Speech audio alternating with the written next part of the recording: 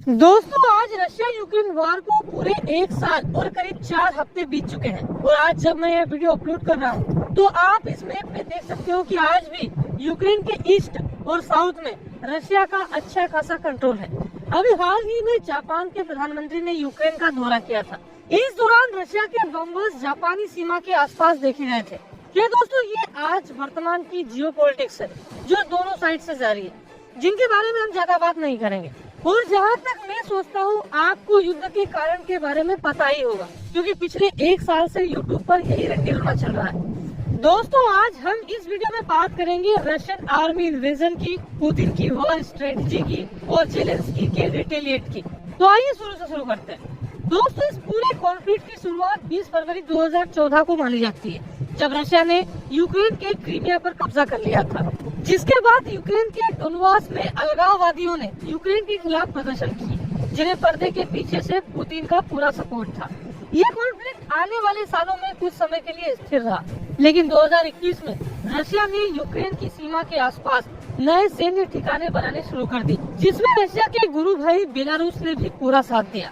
हालांकि यहाँ शुरू में रशिया बार बार किसी भी प्रकार के हमले की प्लान से इनकार करता रहा, फिर भी अमेरिकन खुफिया एजेंसी ने रशियन हमले की भविष्यवाणी पहले ही कर दी थी। दोस्तों, युद्ध से कुछ महीने पहले ही एक दूसरे पर आरोप लगाने शुरू हो चुके थे और डोनबास रीजन में अलगाववादियों का संघर्ष बढ़ गया, जिसके बाद 24 फरवरी की सुबह रशिया का हमला शुरू हो गया। शुरुआत में राजधानी कीव सहित पूरे यूक्रेन में मिसाइलों से हवाई हमले किए गए, जिसके बाद एक बड़ा जमीनी हमला शुरू हुआ। तो दोस्तों, इस तरह से युद्ध का पहला चरण शुरू हुआ, जहां रशियन आर्मी ने राजधानी कीव पर कब्जा करने के लिए बेलारूस से हमला शुरू किया। वही नॉर्थ ईस्ट में खार्किव पर हमला शुरू किया। वही एक मोर्चा लुहांस्क और डोनेट्स्क की सीमा पर खोला गया और एक मोर्चा साउथ में क्रीमिया से शुरू हुआ। कुल मिलाकर रशियन आर्मी ने यूक्रेन के खिलाफ चारों फ्रंट से एक साथ हमला शुरू किया। यहाँ पहले बात करते हैं नॉर्दर्न फ्रंट की। यह हमला बेलारूस के साउथ में शुरू किया गया, जिसका प्रमुख टारगेट था राजधानी कीव। यहाँ रशियन आर्मी का प्लान था कीव को नॉर्थ ईस्ट और ईस्ट के रास्ते से घेरना। यहाँ रशिया ने जल्दी से जल्दी राजधानी पर कब्जा करने की कोशिश की। इसी दौरान यूएसए और कई वेस्टर्न देशों ने जेलेंस्की को यूक्रेन छोड़कर जाने की सलाह दी, जिसके जवाब में जेलेंस्की ने यह कहा कि मुझे हथियारों की जरूरत है, सवारी की नहीं, मैं देश नहीं छोड़ूंगा। जेलेंस्की का यह बयान वाकई में ऐतिहासिक था, जो शायद बरसों तक याद भी रखा जाएगा, क्योंकि उस समय रशियन आर्मी पूरी तरह से हावी थी, लेकिन फिर भी बंदा अपने देश के साथ खड़ा था। वही बेलारूस से कीव की ओर बढ़ रही रशियन आर्मी ने चेर्नोबिल और पिपरियाद जैसे शहरों पर कब्जा कर लिया। वही रशियन एयरबोर्न फोर्सेस ने राजधानी कीव के पास 2 प्रमुख हवाई क्षेत्रों पर कब्जा करने की कोशिश की। 5 मार्च तक एक बड़ा रूसी काफिला, जो कि करीब 64 किलोमीटर लंबा था, कीव की ओर बढ़ रहा था, हालांकि वो रुक गया। वही नॉर्थ ईस्ट फ्रंट पर चर्निहाइव की घेराबंदी शुरू हो चुकी थी। हालांकि रशियन आर्मी ने नॉर्थ वेस्ट से कीव की ओर बढ़ना जारी रखा और 5 मार्च तक बूचा, होस्टमेल और बोर्जिल पर कब्जा कर लिया। लेकिन इरपिन में 9 मार्च तक लड़ाई चलती रही। जो लंबा काफिला आ रहा था वो 11 मार्च तक तितर-बितर हो गया। तो इस तरह से बैटल ऑफ कीव की शुरुआत हुई, जिसमें तकरीबन 15 से लेकर 30,000 रशियन सोल्जर शामिल थे, जिन्हें डिफेंड कर रहे थे तकरीबन 18,000 यूक्रेनियन सोल्जर। हालांकि यूक्रेन की ओर से आम लोगों ने भी अपनी आर्मी का साथ दिया था। वैसे ये आंकड़े एकदम सही नहीं है। रशिया अलग आंकड़े दिखाता है और वेस्ट अलग आंकड़े दिखाता है।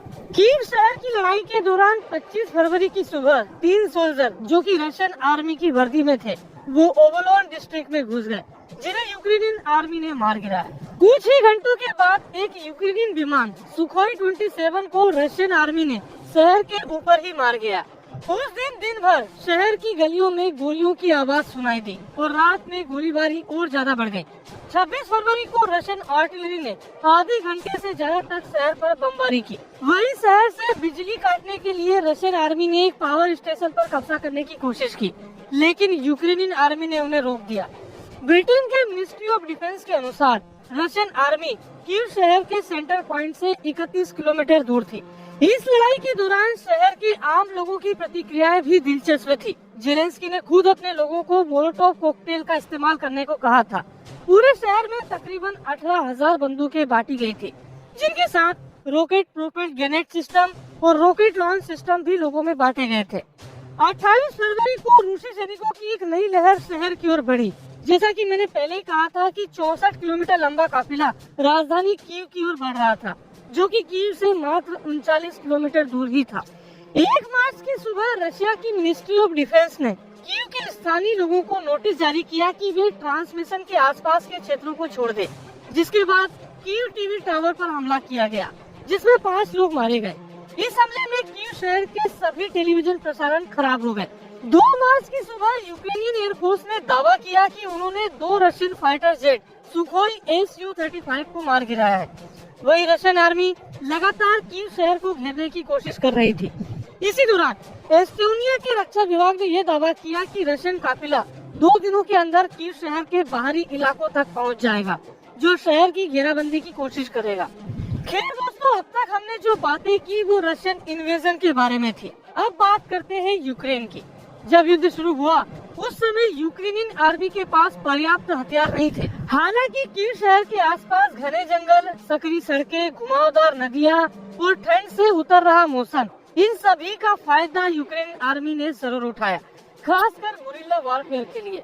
जैसे रीपर नदी का पानी, यहाँ यूक्रेनियन आर्मी ने बांध की मदद से कीव शहर के वेस्ट में एक सुरक्षा लाइन तैयार कर ली थी, जिसके कारण रशियन टैंक और वाहन काफी पीछे ही रुक गए थे। युद्ध वाले दिन की सुबह ज़ेलेंस्की ने सभी दुनिया भर के नेताओं को फोन घुमाने शुरू कर दिए थे, जैसे बाइडेन और बोरिस जॉनसन को, और उनसे मदद भी मांगी थी और अपने यूक्रेनी लोगों के लिए एक वीडियो रिकॉर्ड भी किया था। वही यूक्रेनियन आर्मी जनरल कर्नल सिस्की ने अनुमान लगाया था कि अगर रशिया सीधे कीव पर हमला करेगा तो उनकी आर्मी 2 या 3 राजमार्गों से आगे बढ़ेगी। उन्होंने शहर के डिफेंस के लिए 2 रिंग सिस्टम आर्मी का प्लान बनाया था, जहां पहली रिंग शहर के बाहरी इलाकों में रहेगी और दूसरी रिंग राजधानी के अंदर होगी। इन दोनों ही रिंग की पोजीशन एक दूसरे से काफी दूर होगी। सिस्की ने शहर और आसपास के क्षेत्रों को अलग क्षेत्रों में डिवाइड किया था और हर क्षेत्र में एक जनरल को अपॉइंट किया था। और युद्ध के करीब 1 हफ्ते पहले ही यूक्रेनियन आर्मी ने सभी विमानों और लड़ाकू हेलीकॉप्टरों की पोजीशन बदल दी थी, ताकि वो हवाई हमलों से बच सके। और यह कदम काफी फायदेमंद भी साबित हुआ था, जिसके कारण यूक्रेनियन आर्मी के कई उपकरण रशियन हवाई हमलों से बच गए थे। और दोस्तों, सबसे खास बात तो यह थी कि यूक्रेनियन आर्मी ने अपने प्लान को काफी सीक्रेट रखा था। दोस्तों, इस बात का अंदाजा आप इसी बात से लगा सकते हो कि अमेरिकन रक्षा अधिकारियों को यह तो पता था कि रशिया का क्या प्लान है, लेकिन उन्हें यह नहीं पता था कि यूक्रेन का क्या प्लान है। हालांकि युद्ध से पहले यूक्रेन की डिफेंस एजेंसी काफी फेल साबित हुई थी, जो युद्ध का सही अंदाजा नहीं लगा पाई थी। यूक्रेन के डिफेंस मिनिस्टर ओलेक्सी रेजनिकोव ने कहा था कि उन्हें विश्वास ही नहीं था कि उन पर चौतरफा हमला होने वाला है। रेजनिकोव ने 22 फरवरी को बेलारूस के डिफेंस मिनिस्टर विक्टर खेनिन से फोन पर बात की थी, जहां खेनिन ने यह वादा किया था कि रशियन आर्मी बेलारूस के रास्ते यूक्रेन पर हमला नहीं करेगी। मतलब हम बेलारूस की जमीन का इस्तेमाल यूक्रेन के खिलाफ नहीं होने देंगे। लेकिन हुआ क्या, उल्लू बन गए। जब हमले के बाद दोबारा रेजनिकोव ने खेनिन से फोन पर बात की कि भैया ये क्या हुआ तेरा वादा, तो खेनिन ने कहा कि भैया यदि यूक्रेन कैपिटुलेशन के अधिनियम पर साइन करता है तो हमला तुरंत बंद हो जाएगा। जवाब में रेजनिकोव ने कहा कि ठीक है, हम साइन कर देंगे अगर रशिया पहले सरेंडर करता है तो। ये दोस्तों, अब युद्ध शुरू हो चुका था। रशियन हेलीकॉप्टर नीपर नदी के ऊपर उड़ रहे थे। इन हेलीकॉप्टरों ने एंटोनोव एयरपोर्ट पर कब्जा कर लिया। दोस्तों, एयरपोर्ट पर कब्जे के दौरान एक यूक्रेनियन सैनिक ने सोवियत यूनियन के जमाने वाली सतह से हवा में मार करने वाली मिसाइल के जरिए एक रशियन हेलीकॉप्टर को मार गिराया था। आगे सिस्की के बयान के अनुसार यूक्रेनियन आर्मी ने अपने एयर डिफेंस सिस्टम की स्थिति युद्ध से 1 दिन पहले ही बदल दी थी, इसलिए वे हवाई हमले से बच गए, जिनके जरिए फिर यूक्रेन ने पलटवार किया। जब सतह से हवा में मार करने वाली मिसाइलें रशियन पायलटों के पीछे उड़ी तो रशियन पायलट संघर्ष करने लगे। हालांकि रशियन आर्मी जमीनी इलाकों में फैल चुकी थी और 7 मार्च तक रशियन आर्मी ने होस्टोमेल के बड़े हिस्से पर कब्जा कर लिया था। यहाँ यूक्रेनियन आर्मी ने होस्टोमेल के बाहरी इलाकों में घेराबंदी शुरू कर दी थी, ताकि रशियन आर्मी कीव शहर की ओर आगे न बढ़ सके। यूक्रेनियन आर्मी ने कई दिनों तक रशियन सैनिकों को राजमार्ग के रास्ते शहर की ओर आगे बढ़ने से रोक दिया, जिस कारण से रशियन सैनिकों को दूसरा रास्ता खोलना पड़ा। हालांकि रशिया का अनुमान फेल हो रहा था। रशिया को उम्मीद थी कि जैसे ही रशिया यूक्रेन पर हमला करेगा वैसे ही जेलेंस्की सहित सभी पॉलिटिकल लीडर यूक्रेन छोड़ देंगे, जैसा कि अफगानिस्तान में हुआ था। लेकिन यहाँ जेलेंस्की ने देश छोड़ने से साफ इनकार कर दिया था और रशिया के खिलाफ अपने देश को एकजुट कर लिया था। इसी दौरान एंटोनोव हवाई अड्डे पर रशियन आर्मी को रोकने के लिए यूक्रेन आर्मी ने एक डैम को तोड़ दिया, जिससे इरपिन नदी में बाढ़ आ गई, जिसके कारण एंटोनोव एयरपोर्ट और मोस्चुन दोनों ही अलग हो गए। बीच में अब उफान भरी नदी थी, जिसे पार करना मुश्किल था। हालांकि बाद में रशिया ने मोस्चुन में अपने पैराट्रूपर्स उतारे थे, लेकिन जब रशियन आर्मी नदी पार कर रही थी, उसी दौरान यूक्रेन ने भारी बमबारी शुरू कर दी, जिसके कारण यूक्रेनी आर्मी ने रशियन आर्मी को नदी के उस पार जाने के लिए मजबूर कर दिया। आगे चलकर मार्च के मिडिल में रशिया ने एक आखिरी जुआ खेलने की कोशिश की। रशियन बॉर्डर से टैंकों की एक बटालियन भेजी गई। जैसे ही ये बटालियन राजधानी के पास पहुंची, तो घात लगाकर बैठे यूक्रेनी आर्मी ने हमला किया और करीब 20 रशियन टैंकों को उड़ा दिया। यूक्रेनी आर्मी के कमांडर के बयान के अनुसार इन बटालियन के बाकी 48 टैंक वापस भाग गए।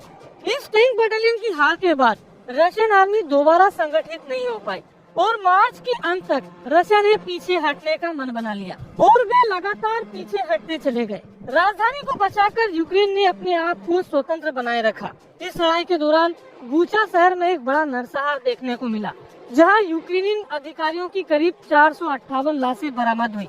ये लाशें सड़कों पर पड़ी हुई थी, जो कि वीडियो फुटेज में आसानी से देखी जा सकती थी।